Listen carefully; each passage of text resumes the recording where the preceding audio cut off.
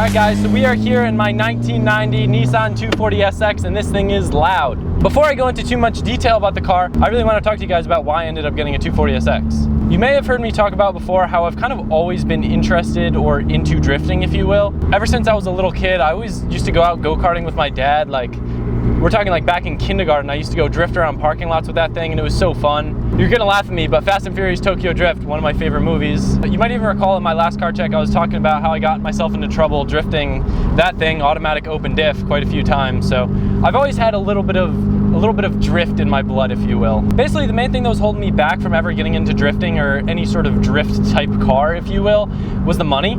I kind of saved up enough money where owning a 240 was financially realistic. So I decided to pull the trigger for a number of reasons that I'm gonna talk with you guys right now. One of the main reasons why I didn't get a 240 sooner was the fact that I don't really have time to work on one. And I know that these cars love to be worked on. They love to have stuff done to them and they love to break. Being a full-time student and a full-time YouTuber, which doesn't sound like that much work, but it is. I knew I wouldn't have enough time to work on the car. So that kind of put me back because I didn't want to get something then have it sit broken in my garage like all my friends that have 240s. So I kind of talked to my friend Jimmy Oaks, and we came up with a solution. Basically, it was gonna kind of be like a shared type car. I was gonna get something that was totally like just terrible like car-wise, and we were just gonna kind of share it, and he was gonna do like work on it for me because I wouldn't have the time, and I was just gonna pay for all the parts. Another thing that was holding me back from getting a 240 was insurance. On my BMW, my mom actually pays for my insurance. Like, that was kind of the deal. I was like, hey mom, if I save enough money to buy my dream car, like, will you help me out with insurance? And she was down to help me out with it. So I never actually knew how much insurance cost. And for some reason I was under the impression that it was like $3 grand a year, which is like ridiculous, but it's not. And I found that out after I was talking with a bunch of friends, and this 240 only cost me like $500 to insure for 6 months. Not bad. I also kind of fell in love with the notion of a beater car when I was on my Chicago trip because I drove my friend's E46 325, I think it is, but it was just beat to crap. It just was fun, like not caring about the car and just enjoying it for what it is and not like worrying about every little pothole and stuff.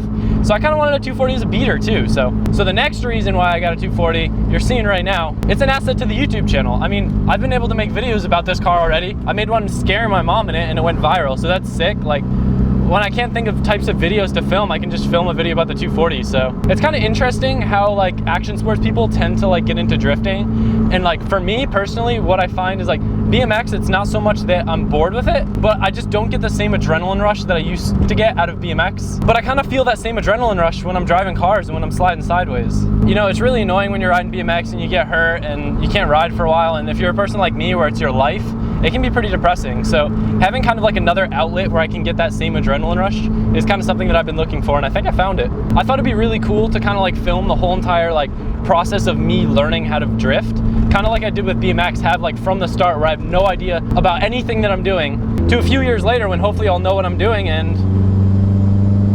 making cool videos. I don't know. So the type of 240 that I originally wanted, I wanted a S13 hatchback because I really like how they look, and I wanted an SR motor in it just because I know they're really easy to work on and they're strong and reliable and I won't have to worry about freaking blowing an RB and dying when I'm trying to work on it. But that's not really the car that I got, which I'm gonna kind of go into detail. But first I kind of want to just give you guys like a review on the car as a whole before I tell you every single little part. I know there's a lot of you guys that don't really care. So for those of you who don't really know a lot about S13s or 240s, I'm just gonna kind of let you know how the car feels and just so you can kind of get an idea of what I'm driving right now. So my favorite thing about this car, by far, is that it appeals to all age groups. As weird as that sounds, I've gotten thumbs up from like old people, from young kids, from middle-aged people. I just feel like everybody respects this car because either they remember it when they were a kid or that it's just their dream car and for their first car. I think it's just sick because this is one of the cleanest 240s around. So the previous owner did really good work with it, and I'm gonna go into detail about that. But for now, I just kind of want to tell you about the car. It's raw. I love it. As this guy pulls out in front of me. I'm trying to make a video, guy. All right, thanks for waving. Yeah, it's raw. Like, you press the throttle and it's right there. I mean, it's not like my BMW power-wise, but you feel the car like, stop texting me, oh my gosh. You turn and the car turns, you push your foot on the pedal and the car goes. It's awesome. It's unsafe. There's no airbags, there's no ABS. There's no traction control, of course. It's like cars before they got tampered with electronics. I really like it. I step on the pedal, there's no lag, there's no delay. It just feels awesome. It's really, really, really light. I think it's like 1,000 pounds lighter than my BMW. It probably has about 100 horsepower less. I think this car is probably somewhere around 250, just judging off what other people have. I don't know. I need to take it in and get a better tune, and maybe I'll get a dyno too, but for now, it's plenty of power for how lightweight this car is. The wheels will spin a little bit in first and second, so that's all you really need in 240. I'll do a little pull for you guys right here.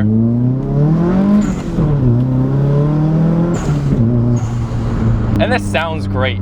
That's another thing that's just awesome about this car. It's loud, it's obnoxious, it makes a lot of popping and growling.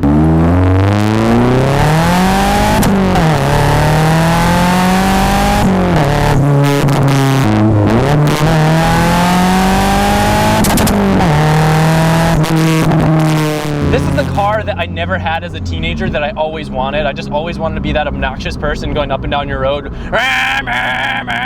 It slides well. I mean, that's what everyone uses these cars for, so I scrape everywhere. This car is obnoxiously lip low. The front bumper is literally like a ½ an inch off the road. So not even, it's less than that. So if there's a crown in the road, it's but you know what? I love it, I enjoy it, I don't care, I just smile. This is my car that I don't care about. So it's just a blast just to not care. And you know, I'm bashing through potholes, people are looking at me like, oh my God. I'm just looking at them laughing and like, woo! It's just a good time. There's no AC, so it can get a bit hot in here.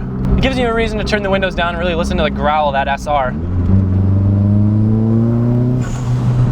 I really don't know how to describe the sound of this car because it doesn't sound like any other 4-cylinder. It kind of reminds me of a Subaru, like the way that it has that growl from the unequal length headers, but it's a little more fine-tuned. It just sounds really cool. When you get up to the high RPMs, it just really growls. I really like it. We're gonna be taking this really cool road. There's lots of hills, so hopefully I'll be able to get on an open throttle a little bit.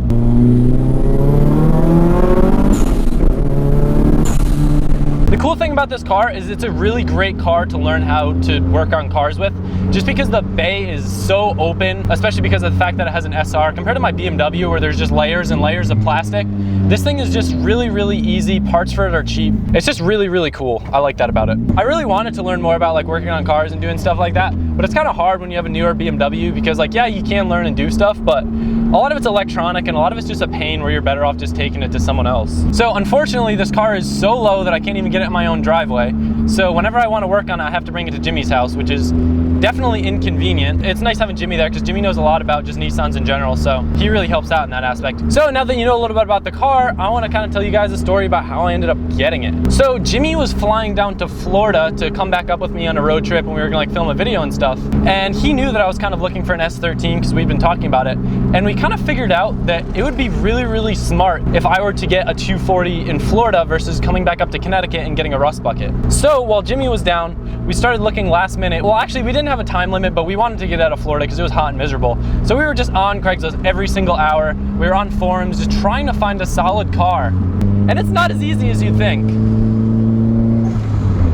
I did want something that already has an SR in it just to save time and money and the hassle of swapping the motor and all that stuff. I needed something reliable to bring back home from Florida because Jimmy was going to be driving it across country. Preferred having a limited slip diff or an open diff over a welded diff just for practicality driving home. Pretty much every car out there was crap. Everything was half-assed, half put together. There were a few bone stock ones, but they were asking like ridiculous amounts just because they knew that they had a gem. So this car that I'm driving right now had been on Craigslist the whole time I was in Florida. This car had been listed for a very, very long time. Why hadn't it sold? Well, the guy who was selling this car was asking a pretty ridiculous price for it. But for the car, I don't think it was realistic. He was asking $7,300. That's quite a bit for an S13 hatch.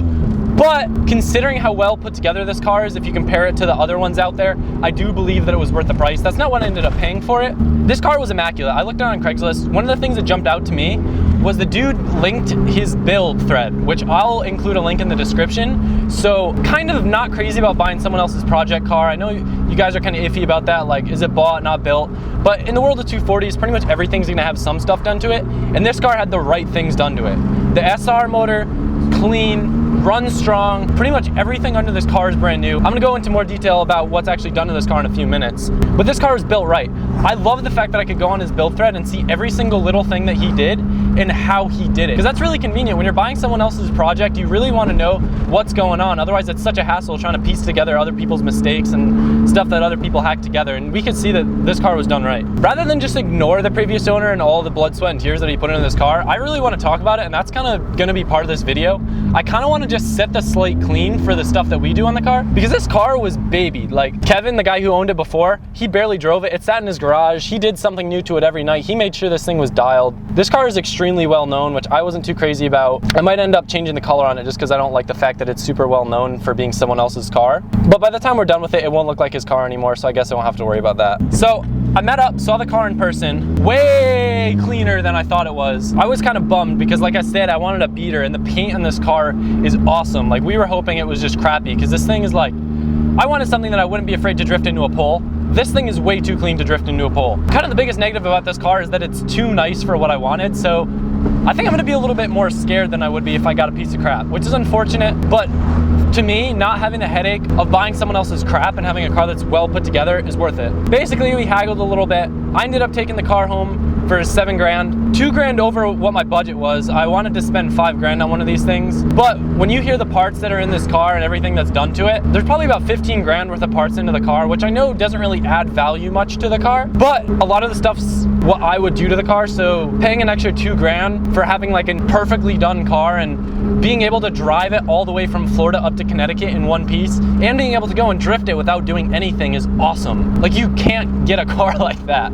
So one of the coolest things I think about this car, this is the last thing I'm going to say before I tell you all the parts are on this car and bore you with a crazy long parts list. I just wanted to give a shout out to the previous owner, Kevin, because he's been super awesome through the whole process. I thought it was going to kind of be shitty because, like, you know when you like buy someone else's car, you sell your car and you just don't want to contact the person who bought it or anything, you just lose ties with the car. This guy's been super helpful. Like, he'll text me once in a while and be like, oh, I saw this picture of the car, or I saw you made a video with this, like, that's awesome. I'm super glad that the car is getting driven, which I'm stoked about because I thought he was going to be bummed that I was drifting the car and I was kind of beating on it, but he knows that the car is getting love, and I think that's all that he really wants, so that's sick. He's also been very helpful if we have questions about the car, if we can't figure out what he used for a certain part underneath. He's always down to help and tell me what's going on, or even give me suggestions on how to fix it. That's really cool. I'm just really stoked to have been able to work with someone like that, so big shout out to Kevin. I'm actually going to get my hair cut right now. My hair is really messed. After I get out of the haircut, I'm going to give you guys the parts list. Okay guys, so now that we're parked, I have a fresh new haircut and a Starbucks Frappuccino, which I'm going to talk about in a minute. We can talk about the parts list on this car safely because I'm not moving and there's a million parts to talk about with this car. So I'm going to go really fast just for the sake of keeping your attention. This is all stuff that the previous owner's done. None of this is what I've done yet. Under the hood, we got an SR20 blacktop. It's out of an S13. That's a JDM motor if you guys don't know. It's pretty low miles. He hasn't really driven it much since a swap. We got an ISIS radiator, electric fans, no name front mount. The bay of the car is painted like a caramel brown, and it's awesome because the theme of this car is actually to be a Frappuccino. The exterior is painted like a cream color to kind of get that Frappuccino-y feel, and then the coffee bay. I really like it because I like Starbucks, so maybe it was meant to be. The boost controller in it right now is crap. It's got a wiring specialties harness, which is really nice, although I already had to cut into it for my stupid rev limiter. The wire tucking was done right inside the fenders. It wasn't half-assed. Stock mass airflow sensor. It's got a JDM ECU, rebuilt stock T25 turbo by Turbo Bay, oil catch can, Miata battery, stage 2 clutch, which is really stiff, but man, is that thing reliable. HKS blow-off valve, which is probably the best sounding blow-off valve ever. It matches this car so well, and it's so enjoyable to sneeze at people when I'm driving by. Underneath the car, we have no rust, ISIS coilovers. I'm hoping to get BC coils soon for it because the ISIS ones aren't so great. One of the front ones is blown out. I still have to swap it. I haven't had time yet. All new rods and arms under the car. It's got solid subframe bushings. Literally, the underside of this car is brand new. It's amazing to work on. A one-piece aluminum drive shaft, VLSD, and a Buddy Club exhaust, which is basically straight piped, and it is loud and it sounds great. Man, am I sweating. Oh my gosh. It's really hot in this car just sitting in a parking lot. All right, so going on to the exterior, the shell has about 200,000 miles on it. About average, nothing crazy low miles. It's got Type X taillights, which are the JDM taillights. They're really nice. I like them. It's a pig nose with an OEM lip, and I really like the lip. You don't see them a lot. It's just really, really lip low, and it drags on everything. The car was repainted a cream with like this green pearl, but it's kind of hard to see unless it's in the right light. I'm not too crazy about it, but it does really suit the car well. Like I said, I'm not too crazy about it because it's not, I didn't do it, you know? That's kind of the weird thing about buying someone else's car. When I got the car, it had Z32 wheels on it, just some stock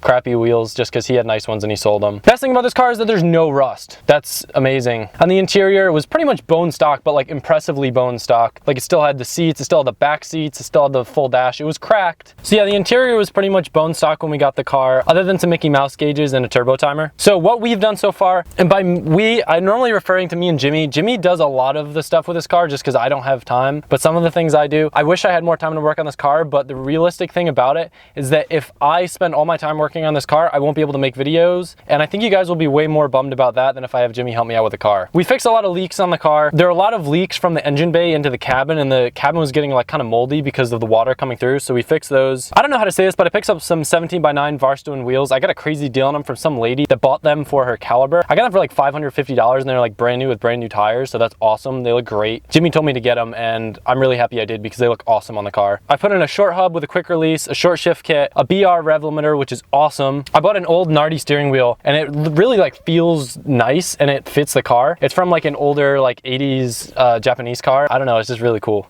I relocated the gauges to where the vents were, but I don't know if I'm crazy about it because it's not as easy as the Mickey Mouse pods where you can just look at them while you're driving. I put on one of my friend Draper's old roof spoilers. Jimmy painted it black for me. I kind of like it. It adds a little bit of flair to the back. I want to get a spoiler for it eventually, but I'll talk more about the stuff that I want to do to this car in a minute. I wrapped the trim on the side of the car with black because it was really faded, and it looks really nice now. I threw in a new battery because the car was having trouble cranking over. I got a new boost controller, and I got a harness bar for my planned seats. I really want to get nice like genuine racing seats. I want some bucket seats with harnesses just so I feel locked into this car. Right now I don't really feel that safe for if I were to go drifting with it. I might end up getting like an aero kit, like some new bumpers, just because I don't like how low this front one is. So if I do that, I might end up wrapping the whole car. I really want to do it like a metallic red color. I just really wanted a red car for a long time, and I think this car would look really good in red. BC coilovers are in the plans. I might end up getting 18s or keep these as drift spares or something. I want to get another set of wheels for this car. Hydro e-brake is definitely on the list. I want to get Z32 brakes because these brakes are kind of eh. For the amount of power the car has, I want some bigger brakes. Definitely needs a better tune because the car is running kind of lean right now. I just haven't had the time to do that. If this turbo ever goes, I'd probably swap it with a bigger turbo, some better injectors, just so I can get a little more power out of the SR. I really want to get this car strong and ready to track it, although it may not happen this summer just because I'm traveling so much. Right now, to me, it's more important to travel and like get to Canada and the UK and meet you guys than to drift around on a track a couple times with a 240. I really want to keep full interior though. Me and Jimmy just aren't crazy about the fact that people just rip their interiors apart to save a few pounds weight-wise, and then it just looks like trash. I kind of like having a well put together car, so with this, what I want to do is kind of keep it well balanced and looking somewhat stock, but having the performance of a track car, if that makes any sense. So I really enjoy just having a nice 240 to daily drive, and I don't want to be looking around at freaking metal doors and crap just to save a few drift pounds. So just to touch on something real quick, I know there's going to be comments saying like, oh, bought not built and stuff like that, and yeah, I did buy the car and like stuff was already done to it, but it's a solid car and there's still a lot of stuff that I want to do to make it my own. This whole video, like the whole purpose behind it is rather than like trying to just ignore the fact that someone did a really good build to this car, I wanted to acknowledge it and kind of say, yes, I did buy this car and it was done really well, but we want to continue doing the car well. It's not like I want to just drive around this car the way it is for the rest of my life and just parade around acting like I did everything to myself, because I think that's where the whole animosity of like a bought not built car comes from. We're planning on doing stuff to the car. This isn't going to stay like this. So now we have Jimmy Oaks here. I'm here. I just wanted to give a big shout out to Jimmy, even though he's like, it's not really a shout out because you're here, but I wouldn't have this car if it wasn't for Jimmy. It probably wouldn't be running nearly as well as it is if it wasn't for Jimmy. I feel pretty good. I enjoy working on this car. It's very fun. I wish I had an S13. Jimmy wanted me to get this so badly and I wanted it too, so it kind of worked out that way. Two things I forgot to mention that the car has is it has a 5-lug swap, which makes it really easy to find wheels for this car. Jimmy also made me put a head unit in the car for the drive home too. He was so close to not buying one. So I got a cheap Pep Boys head unit in here. So one thing that I've kind of noticed after I got this car is there's a lot of parallels between drifting and street BMX, and that it's really hard to find somewhere to go to drift. Probably 10 times harder than it is to find somewhere to go to ride your bike street. And when you get kicked out of parking lots or like places that you're trying to drift, the penalties are a bit more. You don't just get like a little slap on the wrist, they give you tickets. I don't know what's going on with this car, if I'm gonna take it down to Florida or if I'm gonna leave it up here or what. I honestly have no idea, but in Florida I do know that it'll be easier because there's a track like 20 minutes away from where I live that, not even like 10 minutes away from where I live, that is drifting like weekly, and all the guys at BC go street drifting, and they said that I could come with them, so that'd be pretty cool. Because in Connecticut, there's nowhere to go. I'm kind of worried about having this car in Florida a little bit just because of theft. Where I live is like really big with car theft. I'm kind of sketched out about it. So some future mods might be some anti-theft devices, but we're not going to tell you what they are in case you try to steal it. Yeah, just in case. We might pull the motor when it's parked. Yeah. It's that easy. Oh, so easy. Can't believe it's not butter. I just kind of hope that I use the car enough because I'm having a hard enough time like getting use out of 2 cars now, and when I'm in school and like really busy, that's kind of something that I'm a little bit not so much worried about, but I like want to use the car a lot, you know what I mean? With all the mods that were done in this car before we bought it in mind, I think you guys can kind of tell how dialed of a car this was that we got. S13s are very simple cars, yet no one could... They're all crap. They're all crap. This car was very well put together, and I honestly think it was worth the money. I'm very happy with my purchase. Huge shout out to Kevin for doing this awesome build. There's a link in the description if you want to go see like his history of the car. And hopefully my Z will be done soon so we could tandem. That'd be cool. We're gonna try to do drifting videos, but thanks for watching. I hope you guys enjoyed this. I know it was a bit of a long video, but I really felt it was important to kind of give the whole timeline of this car and the history. You can always fast forward. It's freaking hot in here. Let's roll down these windows. God, I'm dying. Oh, for the sake of audio. The clock.